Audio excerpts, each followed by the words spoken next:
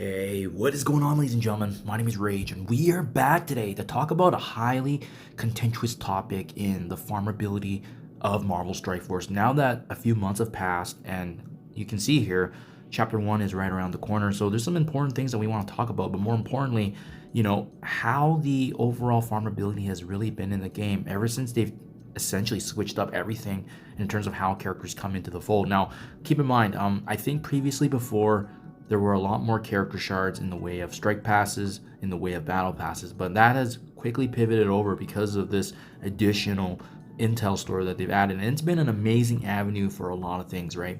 You can see character shards, diamond opportunity upgrades here, resources that you may need, gear tier 20 pieces, and even more importantly, some of the character shards that are actually relating to characters that only have been released for only a couple weeks, even as you see right here. Halverine is the newest addition. His free-to-play event was, heck, even this week, but he got added in. And as well, more importantly, this was only a couple weeks ago where he was actually finally added into the game and introduced to Marvel Strike Force. Next week, we do expect the Hood to join, and then following that, hopefully Satana as well. But the farmability in terms of seeing how characters have been added into the game, this has been one of the best we've ever seen in terms of the speed. Because typically, from what we've seen in the past anyways, usually they're added into the game 14 days to 2 weeks to 3 weeks generally after, in some way, shape, or form of an event. But this is direct farming that you can do with the intel credits that you've amassed. And the intel credits, got to give credit where credit's due. They've added into almost every avenue of the game. Whether you're doing raids, war, crucible, some way, shape, or form, you're getting credits, although, albeit it's not a generous amount at times, and even in raids it's not crazy, but they've been adding into events, they've been adding in all game modes, so really everything that you could ask for. But let me show you this, guys, real quickly here. This is the three newest teams that's been added into Marvel Strike Force, right? First being Vigilante, and we know Thunderbolts followed after, and then finally Cursed. We know that Fantastic Four is also around the corner, which is why this is a very interesting topic to explore together, because of the fact that, now that we have a bit more information, now that Chapter 1 is fully concluded, if this is the way it's going to be, I am curious and eager to hear back what you guys feel, as players.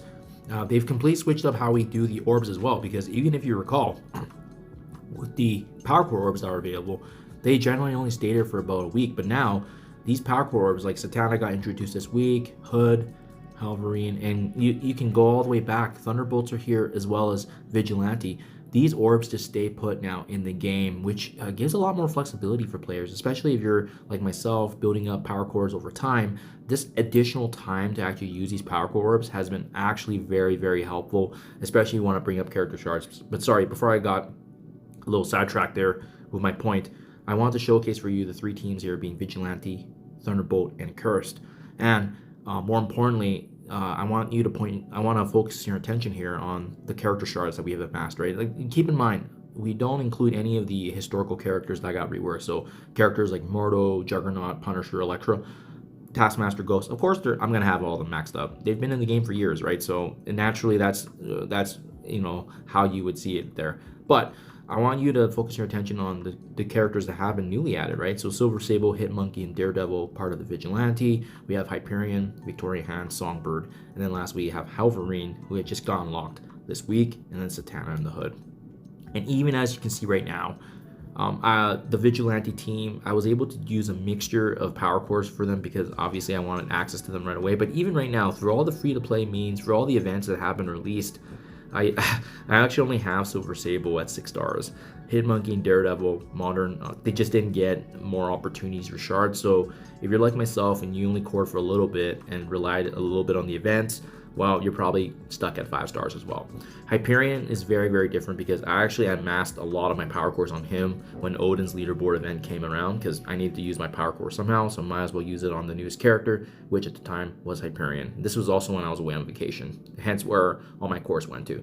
But as you can see, very, very similar to the Vigilante team, Victorian Hand, Songbird, also stopping at that 5-star marker just because of the fact that it seems like now there are overall less shards being available in terms of free to play, because in the past they've had back-to-back events, multiple strike passes, multiple battle passes, and we're still seeing a little bit of that kind of trickle through right now, but it seems like a reasonable stopping point now is that 5-star mark completely free to play. And then obviously if you want to have more shards of them, you actually have to do it yourself using the resources through the Intel store. And I'm bringing this up because, as you can see, Helverine just got him unlocked 3 stars, but we very likely will expect this exact same scenario with the Hood and Satana, probably around that 4 or 5-star stopping mark, because it seems at the end of the day, once these characters get added into the game, I mean, you have to be realistic too. There's only so many events that they can release, right? There's only so many of these Path 2 orbs that they can actually dish out before the next team comes, which we know right now, a curse is going to follow everything that's running through this. So once these strike pass and battle passes wrap up here, the accursed shards will come out, and then following that in a few weeks, it's probably going to be the Fantastic Four. How do you guys feel about that? Because right now, 5 stars has definitely gotten the job done for a lot of the content that I've been doing, whether it be the negative zone, whether it be raids every single day, it's been fine. But that 6 and 7 star can be the difference maker between some of the highly most engaged content, especially if you're looking at the ever-changing meta shift here with Arena, and we know Fantastic Four coming in, we want to maximize as many shards as we can. The caveat, however, is obviously we can now farm a lot more shards here than we ever had before using the Intel credits that we built up. So 5 shards for 12,500 is actually really, really good value. The challenge here now is then, how do you want to balance that with some of the other resources that you want to build up? Gear tier 20, there's additional Crimson gear that you can elevate. There's ISO 8 purple, crystals that you can elevate to, shop credits hack if you want to take advantage of this other store.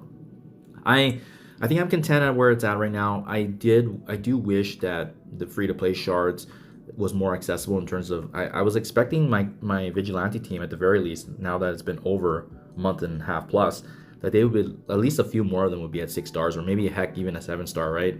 And now their diamonds are also available too. So that's going to be very interesting in the coming weeks here. And also, guys, as a quick reminder too, remember that this Chapter 1 Intel store, this is wrapping up soon. Once this store is done, as you can see, 47 days, wrapping up things with Fantastic Four here, this is going to pivot over to a seasonal store. So everything that we've earned right now is going to translate back to a seasonal store, and then we'll have Chapter 2 and so forth. I'm pretty content with where it's at right now, but I'm eager to hear back how you guys have been, how your farmability overall has been. Because yes, we do see less shards overall now for individual characters, but we're getting them at a faster rate, and we also have now the option to farm a lot more sooner than previously before, which I think is a huge plus for those trying to bridge that gap between gaining access to a character right away and using them so they can gain the benefits of that. Just my 2 cents, guys. In the meantime, we'll keep tracking this though. I just love exploring this topic with you guys because I love taking a look at how the overall trend has been, and I think this has been actually a well-balanced approach with allowing farmability into the game, but at the same time also rewarding folks that spend and for them to obviously gain premium access to characters like the Accursed with the limited time Accursed Tower that we have right now ongoing. Do let me know, though, guys. I'm curious to hear back. Thank you for your time as always, and I'll catch you guys in the next one.